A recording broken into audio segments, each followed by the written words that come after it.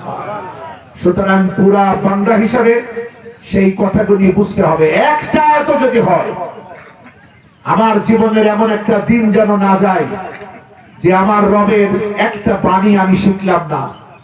এমন ভাবে সিদ্ধান্ত নেন যে জীবনের প্রতিটি দিন হলো তার উপহার, আমাদের শ্বাস এবং প্রশ্বাস তার দেওয়া আমাদের জন্য এক একটা গিফট। আপনি চিন্তা করেন, শ্বাসের চাইতে মূল্যবান বান্দার জন্য আর কি আছে? কে একটা আমার প্রিয়জন হয়ে আমাকে একটা রজনীগন্ধার ডাল দিল, আমি খুশিতে 10খানা হয়ে গেলাম। কিন্তু যিনি আমাকে, আমি তার সাথে কোনো সম্পর্ক রাখছি না, তারপরও তিনি আমাকে ক্রমাগত শ্বাস এবং প্রশ্বাস উপহার দিয়ে চলেছেন। তিনি আমার তৃষ্ণায় পানি দিয়েছেন, এত ভালোবাসেন তিনি আমারে। আর আমি তার দিকে যদি মনোযোগী না হই, প্রতিদিন কমসে কম একটা কোরআনের আয়াত যদি না বুঝি, রাসূলের একটা মেসেজ হাদিস যদি না শিখি, কিয়ামতের দিন যদি আমাদের বিচার আমাদেরকেই দেয়া হয় যে তুমি তোমার ব্যাপারে কথা বলো, তোমারে আমি এত কিছু দিয়েছিলাম, কাউকে ভালো মাতা পিতা দিয়েছিলাম, কাউকে ভালো স্বামী স্ত্রী দিয়েছিলাম, কাউকে অনুগত সন্তান সন্ততি দিয়েছিলাম, ভালো প্রতিবেশী দিয়েছিলাম, আত্মীয় স্বজন দিয়েছিলাম, ব্যবসা বাণিজ্য চাকরি বাকরি মাঠ ঘাট কত কিছুই না তোমাদেরকে দিয়েছিলাম।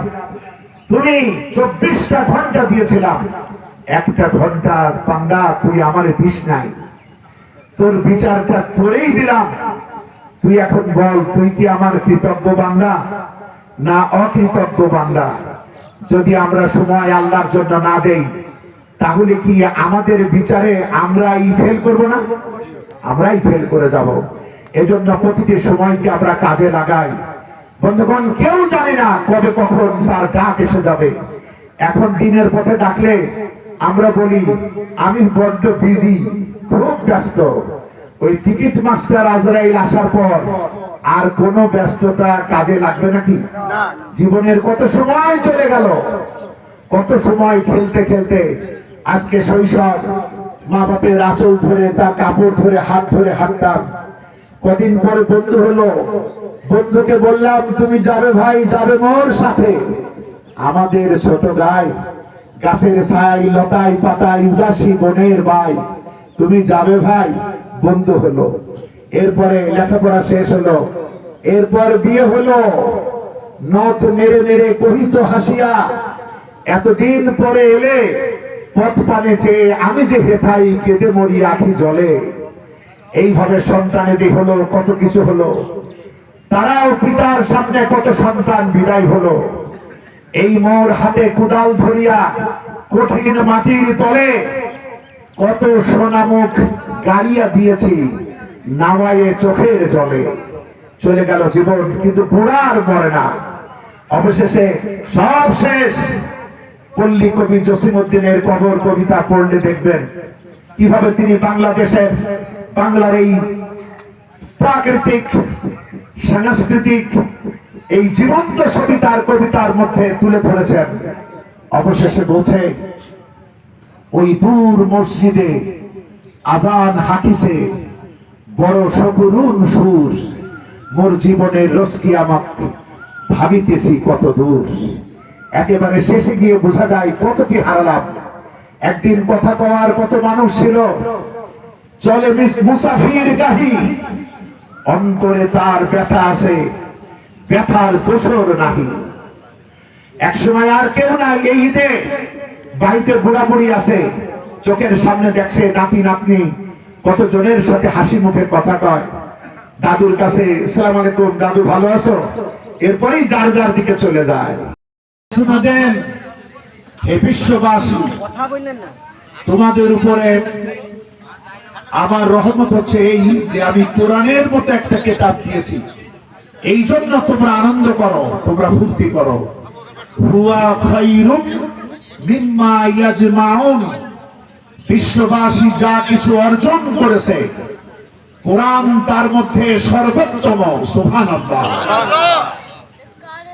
আমরা যে যাই হই, জাতিসংঘের মহাসচিব হই, দেশের প্রেসিডেন্ট হই, প্রধানমন্ত্রী হই, বিশাল হত্যাকর্তা যাই হই, সমস্ত কিছুর চাইতে মর্যাদাবান যেটা সেটা হচ্ছে আল কোরআন। আলহামদুলিল্লাহ। আচ্ছা, আল্লাহ কি বলছেন? কোরআন পাইছো এজন্য আনন্দ। আল্লাহু আকবার ওয়ালিল্লাহিল হামদ। আল্লাহু আকবার, আল্লাহু আকবার, লা ইলাহা ইল্লাল্লাহু আল্লাহু আকবার, আল্লাহু আকবার ওয়ালিল্লাহিল হামদ। আল্লাহু আকবার, আল্লাহু আকবার, লা ইলাহা ইল্লাল্লাহু আল্লাহু আকবার, আল্লাহু আকবার ওয়ালিল্লাহিল হামদ। আসসালামু আলাইকুম ওয়া রাহমাতুল্লাহি ওয়া বারাকাতুহু।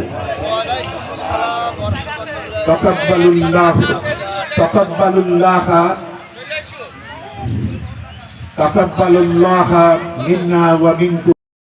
কালকে আগে থেকে মেসেজ দেওয়া ছিল না, নাকি বলেন? এখন আপনারা তো নিজেরাও জানছেন, আপনাদের গ্রামবাসী, গ্রাম মহল্লা নিয়ে আপনারা একটা দুর্দিনের মধ্যেই আছেন, তাই না? সবাই দুশ্চিন্তায় আছেন না এখন? আল্লাহ যেন আমাদের সুন্দর সঠিক পথে চলে দুশ্চিন্তা থেকে আমরা যাতে বেরোতে পারি, আল্লাহ আমাদের যেন সেই তৌফিক দান করেন। আপনারা গত জুমার আগের জন্য আপনাদেরকে শুধুমাত্র আপনারা হাজির হয়েছিলেন, আপনারা কেউ জানেন। আমি আপনাদের এই গাজা, এই ফিলিস্তিন সম্পর্কে কয়েকটা কথা বলার কারণে আপনারা যে সমস্ত তাদের জন্য, যে সমস্ত তাদের পেটে খাবার জোগানোর জন্য আপনারা সঙ্গে সঙ্গে আপনারা ৩,০০০ টাকা আপনারা তুলে তাদের কল্যাণের জন্য আপনারা এখান থেকে পাঠিয়েছেন, তাই না? আল্লাহ আপনাদের দানগুলিকে কবুল করুন এ আশা রাখছে।